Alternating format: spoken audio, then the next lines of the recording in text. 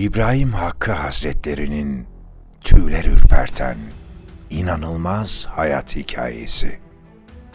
Yüz okuma sanatıyla insanların kişiliğini keşfedebilen sırlı zat. Einstein tarafından çalışmaları desteklenen alimlerin sultanı. Karakter analizinin sırrını keşfeden muhteşem bir deha. Günümüz teknolojisiyle bile hala sırrı çözülemeyen sıra dışı teknikle yapıtlarını inşa eden büyük evliya. Gizli sırları keşfedip semaları görebilen alim. Erzurumlu İbrahim Hakkı Hazretleri.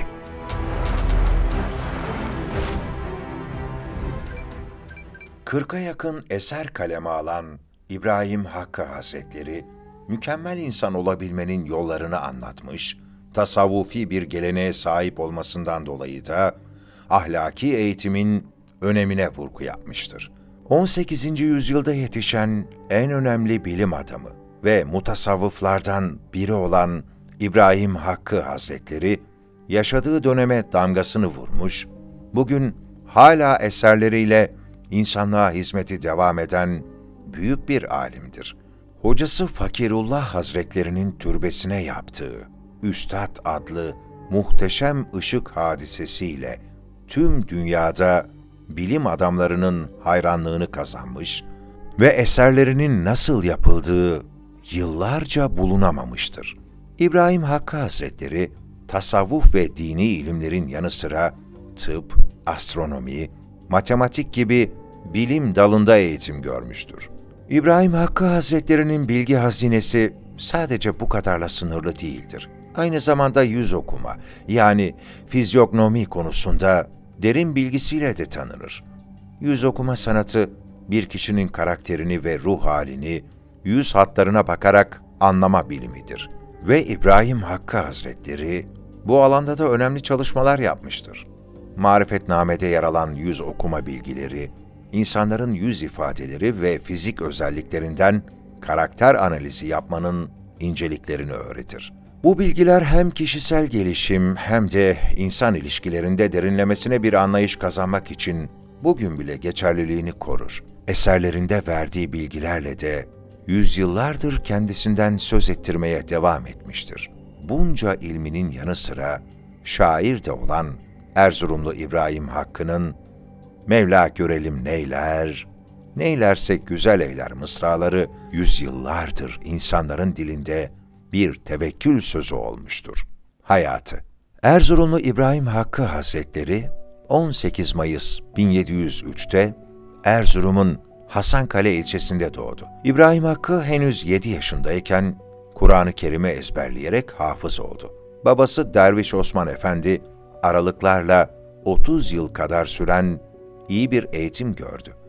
Annesi Hasankale'nin ileri gelenlerinden Dede Mahmud'un kızı Şerife Hanife Hanım'dır. İbrahim Hakkı'nın Hakirullah olarak tanıttığı babası, bazı maddi ve psikolojik problemler sebebiyle sıkıntılı bir dönem yaşamış, İbrahim Hakkı'nın doğumuyla bir ferahlık hissetmekle birlikte sıkıntısı devam etmişti. 1707'de Erzurum'a yerleşen Osman Efendi, burada yörenin ileri gelen ilim ve tasavvufla ilgili zatlarıyla tanışmış ve 1710'da hac niyetiyle yola çıkmışken, Siirt'e yaklaşık 7 kilometre uzaklıkta bulunan Tillo'ya uğramış, yörenin tanınmış mürşitlerinden İsmail Fakirullah'ın dergahına bağlanarak buraya yerleşmiş, böylece yıllardır aradığı huzura burada kavuşmuştur. İsmail Fakirullah Hazretlerine manevi olarak bağlanması. Babasının isteği üzerine 9 yaşındayken amcası Ali tarafından Tillo'ya götürülen İbrahim Hakkı, babasıyla karşılaştığında Şeyhi İsmail Fakirullah'ı da orada gördüğünü, içinde ona karşı derin bir sevgi ve hayranlık duygusu uyandığını ifade eder. Bundan sonra İsmail Fakirullah'ın babası için yaptırdığı, günümüze kadar ayakta kalan bir odada yaşamaya başladı. 17 yaşındayken babasını kaybeden İbrahim Hakkı, öğrenimini sürdürmek amacıyla aynı yıl Erzurum'a dönerek büyük amcası Molla Muhammed'in evine yerleşti. İbrahim Hakkı, öğrenimini tamamladıktan sonra İsmail Fakirullah'ı ziyaret etmek üzere 1728 ve 1729 yılları arasında Tillo'ya gitti. Babasının odasına yerleşerek tasavvufi hayata yöneldi. Şeyhine hizmet edip onun feyzinden faydalanmayı sürdürdü. 1734'te İsmail Fakirullah'ın vefatı üzerine Erzurum'a döndü. Daha önce babasının imamlık yaptığı Yukarı Habib Efendi Camisi'ne imam oldu. İlk evliliğini yaptı ve 1738 yılında hacca gitti. Dönüşte Ömer Hayyam, Feriduddin Attar, Said-i Şirazi, Nizami Aruzi gibi şairlerin şiirlerini topladığı, ayrıca kendisinin de 2 şiirinin yer aldığı Lübbilül Kütüb adlı geniş hacimli bir eser hazırladı. Sultanın özel izniyle saray kitaplığından yararlanması. 1735'te Erzurum'a döndü. 3 defa hacca giden İbrahim Hakkı, Arabistan ve Mısır'ı dolaştı. Aralıklarla Erzurum ve Tillo'da ilmi çalışmalar yürüttü. 1747 yılında İstanbul'a giderek Sultan 1. Mahmud'la görüşen ve burada saraydaki kütüphanede çalışmalar yapan İbrahim Hakkı, yeniden Erzurum'a dönerek bazı cami ve medreselerde hocalık yaptı. 1752'de İstanbul'da Sultan 1. Mahmud Han'ın özel izniyle saray kitaplığından yararlandı. Erzurumlu İbrahim Hakkı'nın astronomiye olan ilgisi burada başladı. Şiirlerini İlahiname adı altında topladı. İbrahim Hakkı, İstanbul'dayken kendisine müderrislik vazifesi verildi ve ders okutması şartıyla Abdurrahman Gazi Dede Tekkesi'nin yönetimi kendisine verildi. Erzurum'a döndükten sonra Habib Efendi Camisi'ndeki imamlık görevini sürdüren İbrahim Hakkı, bir müddet sonra aynı zamanda iyi bir müziksever olan oğlu İsmail Fehim'in tahsilini tamamlaması üzerine bu görevi ona bırakarak ilmi faaliyetlere daha fazla zaman ayırabilmek için günlerinin çoğunu Hasankale'de geçirmeye başladı. Marifetname, 18. yüzyılın eşsiz eserlerinden biri olarak kabul edilen İbrahim Hakkı'nın Marifetname adlı eseri, bugün bile insanlara ışık tutmaya devam etmiştir. Kitabın içinde fizyolojinin faydaları, fizyoloji yardımıyla insan bedeninin tanıtılması, beden ve ruh uygunluğu, organların çalışması, damarlar, nefsi tabiye, nefsi nebatiye, nefsi hayvaniye, zahiri ve batini duyular hakkında bilgiler verilir. Sonraki kısımlarda ise ilmi kıyafet denilen organların şekline ve insanların hareketlerine göre kişinin psikolojik yeteneklerini, beden sağlığı, ilaçlar, sağlıkla ilgili yiyecek ve içecekler ve giyim şekline kadar birçok konu hakkında bilgi yer alır. İbrahim Hakkı ve Suret Bilimi. İbrahim Hakkı'nın eserleri Marifetname'de kişinin saç, göz, kulak, el ve baş gibi organlarından ve dış görünüşünden hareketle onun ahlak ve karakter yapısı hakkında sonuç çıkarma yollarını gösteren bilgilerden oluşan kıyafet ilmi, yani fizyogonomi konusunda ayırdığı bölüm, İslami ilimler tarihinde bu alanda yapılmış çalışmalar içerisinde özel bir yere sahiptir. İbrahim Hakkı Hazretleri'nin başyapıtı olan Marifetname, geniş yelpazesiyle okuyucusuna sadece dini ve ahlaki bilgiler sunmakla kalmaz. Aynı zamanda yüz ve beden dili okuma sanatıyla ilgili de değerli ipuçları verir. Bu sanat, bir kişinin yüz hatlarından ve beden hareketlerinden karakterini ve ruh halini anlama bilimidir. İbrahim Hakkı Hazretleri, yüz okuma ve beden dili okuma konusunda derinlemesine çalışmalar yaparak bu alandaki bilgilerini insanlığa miras bırakmıştır.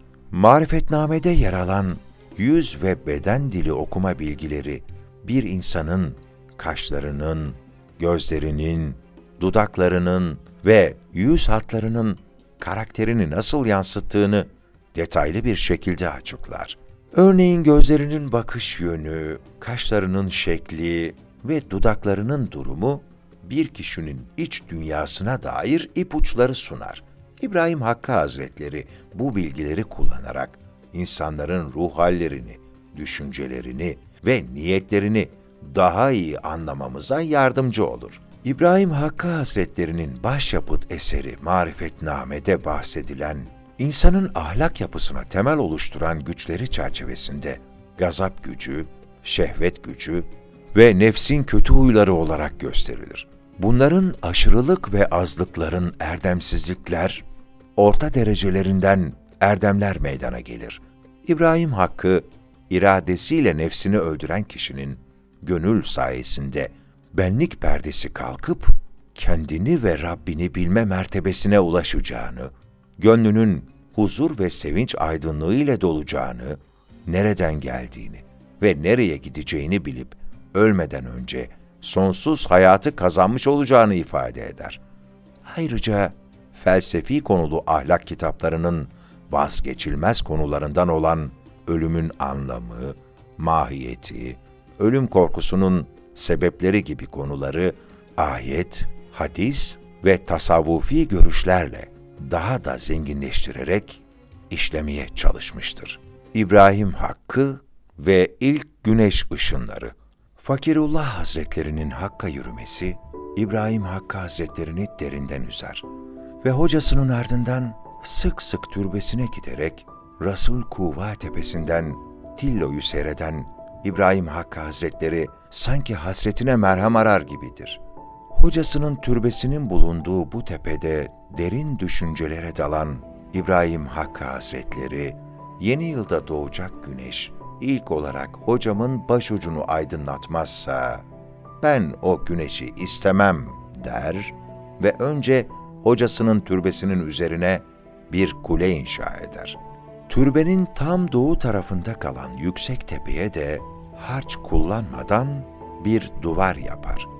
Gece ve gündüzün eşit olduğu ve ilkbaharın başlangıcı olan 21 Mart'ta güneş bu duvarın ardından doğar. Tepeden ve duvardan dolayı bütün Tillo gölgede kalır. Duvardaki pencereden giren güneş ışınları, İsmail Fakirullah Hazretlerinin türbesi üzerindeki kulede mercek ve aynalar aracılığıyla kırılarak türbenin penceresinden içeri girer. O ilk ışık, hocası İsmail Fakirullah Hazretlerinin başucunu aydınlatır. İşte tam anlamıyla bir deha ürünü olan Kalatül Üstad eseri amacına ulaşır ve dünyaca üne sahip olan Erzurumlu İbrahim Hakkı'nın bu eseri yüzyıllarca ilgi görür. İbrahim Hakkı'nın asırlar sonra Einstein tarafından desteklenen görüşü. Erzurumlu İbrahim Hakkı, geleneksel astronomi yanında yeni astronomiyle tıp, anatomi, fizyoloji, aritmetik, geometri, trigonometri, felsefe, psikoloji, ahlak gibi alanlarda da oldukça geniş bir birikime sahipti. İbrahim Hakkı'ya göre bütün varlık küre şeklindeydi. Alemin her ne tarafına bakılacak olunursa olunsun, şekli yuvarlak görünür. Arzda ve semada gözlemlenebilen bütün şekiller yuvarlaktır. Einstein bu görüşü ondan çok daha sonra matematiksel yollarla da gösterdi. Erzurumlu İbrahim Hakkı'nın eğitimi. İbrahim Hakkı'nın iyi bir tahsil gördüğü eserlerinden de anlaşılmaktadır. Bu zamanda en dürüst dost, en uygun meclis arkadaşı, en seçkin yoldaş, sevgililerin en hayırlısı ve sevgililerin en sevgilisi kitaplar olduğu için bunlara sohbetlerine meylimi salmışımdır şeklindeki sözleri onun düzenli öğretiminin yanında kendi kendini yetiştirmeye de büyük önem verdiğini göstermektedir. Geniş tasavvuf bilgisi konuları iyi bir düzen içinde ve anlaşılır bir üslupla ifade etmesi, özellikle eğitimde Arapçanın hakim olduğu Türkçe eserlerde ise manalı bir dilin kullanıldığı dönemde eserlerinin büyük bölümünü nispeten sade bir Türkçe ile yazması İbrahim Hakkı'nın takdire değer yönlerindendir. Erzurumlu İbrahim Hakkı'nın ilmi, ahlakı ve insana bakışı. İbrahim Hakkı, ilmi ve tasavvufi birikimini maddi menfaati için kullanmamıştır. İstanbul'dayken kendisine verilen Abdurrahman Gazi Dede Zaviye yönetiminin geliri son derece azdı. Ailesi kendi el emeği ve babadan kalma birkaç parça arazinin geliriyle geçinmeye çalışmış, kendisi de oldukça kısıtlı imkanlar içinde yaşamıştır. Yeni astronominin verilerinden söz ederken, ilmi gelişmenin Allah'ın evreni yaratıp yönettiği gerçeğine aykırı olamayacağını belirten İbrahim Hakkı, bütün gelişmelerin bu inanç çerçevesinde yorumlanması gerektiğini sık sık vurgulamıştır. Ona göre din bakımından en önemli olan, alemin Allah tarafından yaratıldığının kabul edilmiş olmasıdır. Bunun ötesinde yaratılışın ve oluşun keyfiyetine dair ortaya konan teorileri ve ilmi tespitleri benimsemenin bir sakıncası yoktur diye belirtmiştir. İbrahim Hakkı ve Allah'ı bilmek. Klasik felsefe ve tasavvufi düşüncelerdeki insanı küçük alem kabul eden anlayışa İbrahim Hakkı da büyük önem verir. Bütün mutasavvıflar gibi onun için de hayatın en yüksek gayesi bilmek, bilmenin en yüce derecesi Allah'ı bilmektir. Allah'ı bilmenin anahtarı kendini bilmek, kendini bilmenin anahtarı da alemi bilmektir. Allah bütün alemi insanın buyruğuna vermiş, insanın bedenini de ruhuna itaat ettirmiştir ki, insan kendi bedenine, organlarının oluşumuna, güçlerinin tertibine bakarak, aşağı ve yukarı alemde bunun benzerlerini bulup, aynı düzenin orada da sürdüğünü görsün. Özellikle kendi ruhunun bedenini yönetmesi gibi, Allah'ın da evren üzerinde tasarrufta bulunup, onu yönettiğini anlasın. Buradan hareketle Allah'ın fiillerine ve sıfatlarına vakıf olarak sevgisini ve kulluğunu ona yönelsin ve böylece irfan ehline katılsın. İbrahim Hakkı ve Kur'an ile sünnete uymak. İbrahim Hakkı bu amaçlara ulaşmak için gerçek bir inanç ve düzenli ibadete ihtiyaç bulunduğunu önemle belirtmiştir. Ona göre ebedi kurtuluşu kazanmanın tek şartı Kur'an ve sünnetle amel etmektir. Allah dostlarının hallerine ve kemallerine ulaşmanın yolu, onların yolunu izlemekten geçer. Her türlü bireysel ve sosyal problemi aşmanın Kur'an'a uymakla mümkün olduğuna işaret eden ve bununla ilgili ayet ve hadisler de sıralamıştır. İbrahim Hakkı ve Allah'ın varlığını ispatlaması. İbrahim Hakkı, Allah'ın varlığını ispat için imkan delilini esas almış ve bu çerçevede ayetlerden de faydalanarak bazı kozmolojik deliller sıraladıktan sonra, alemin bir haber olduğuna normal bir aklın kesin bir delille işarette bulunduğunu, bilgili kişilerin o yüce yaratıcının icat ve yaratma sırlarını görür ve görünmeyen aleminde güneşli günden daha aydın ve açık olarak gözlemlenebildiğini söyler. İbrahim Hakkı, mevcudun ancak bir mertebeden bir mertebeye, bir halden bir hale geçip değişime uğrayabileceğini ifade etmiştir. Böylece Lavoisier'in var olan yok olmaz, yok olan da var olmaz şeklindeki sakınım yasasını önceden kendisi açıklamıştır.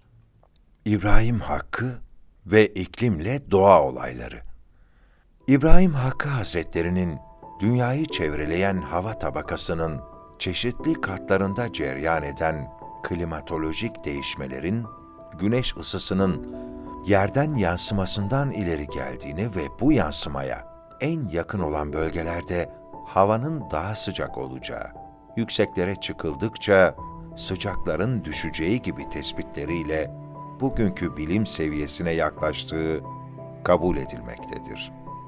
Yıldırım ve gök gürültüsünün kaynağı ışık dalgalarıyla ses dalgalarının yayılışındaki zaman farkı, gökkuşağı, güneş ve ay etrafında altıgen buz kristalleri sebebiyle çember şeklinde görünen bir optik fenomeni, sis, kıra, çiğ ve bulutların oluşumu, hava hareketleri gibi meteorolojik olayları İbn Sina'nın Eş-Şifa adlı eserinden de yararlanmakla birlikte çoğunlukla kendi gözlemlerine dayanarak oldukça isabetli bir şekilde kaydetmiştir.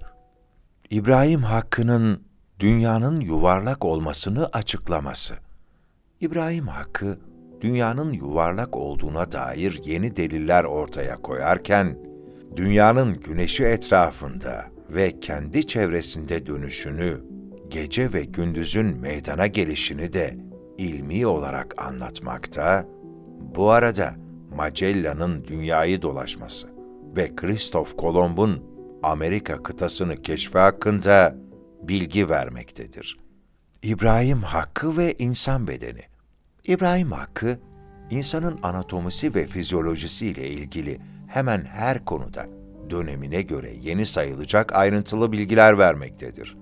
Mesela 12 kaburganın yönleri ve fonksiyonel özellikleri, bel kemiği ve bunun bölümleri, bilek ve el kemiklerinin görevleri gibi konulara dair açıklamalar, bugünkü bilgilerle paralellik gösterir ve bu bilgilere dayalı birçok yenilik ortaya koymuştur.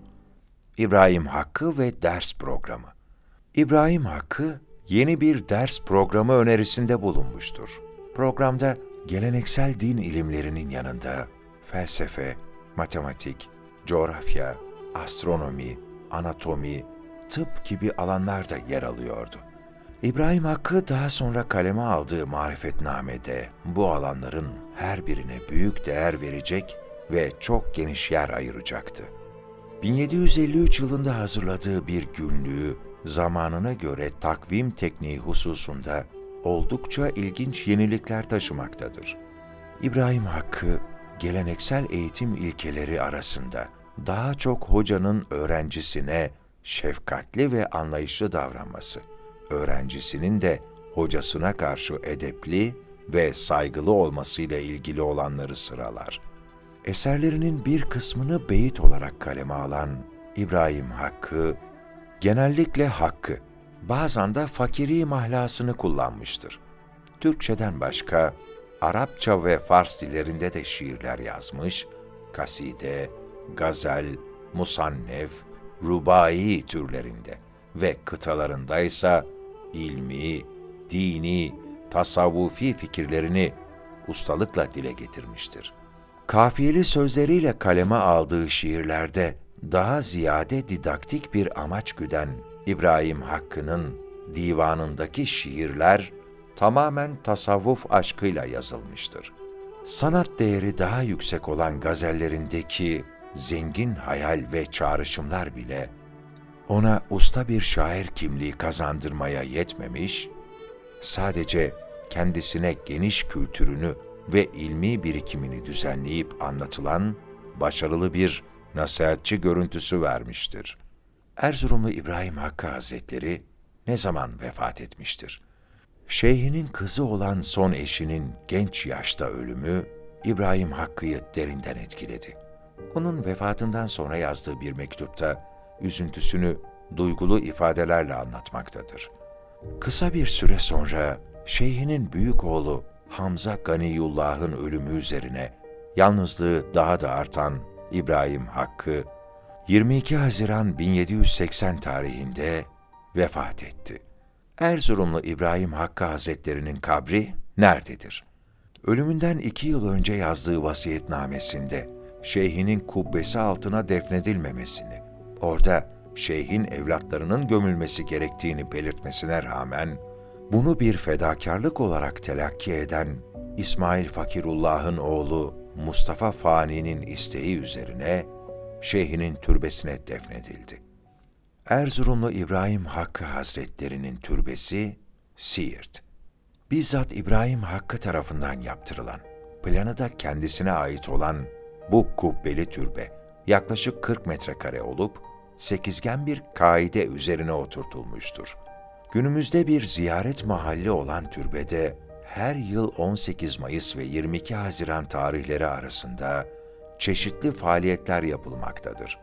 Günümüzde Doğu ve Batı'daki pek çok üniversitede adına kürsüler kurulmuş.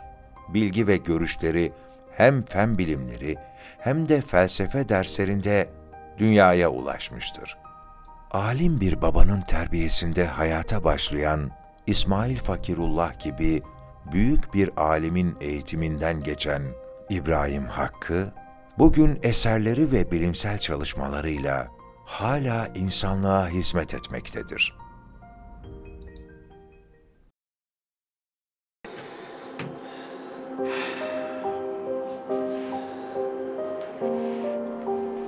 Olmazsa olmaz zannettiğiniz dükkanların içinde öleceksiniz. Bu işi bitirmezsem mahcup olurum zannettiğiniz atölyelerin içerisinde son nefesinizi verip gideceksiniz. Gençliğin de gidecek. Aldığın tatlar da gidecek. Heyecanın da gidecek. Tek tek gideceksin. Binanın taşları gibi her gün dökülüyorlar. İstesen de istemesen de. Allah aşkına o gün geldiğinde sizi, bizi ne kurtaracak? Bahtına düştüm ya Rab, bahtına düştüm ya Rab, bahtına düştüm ya Rab, bahtına düştüm ya Rab.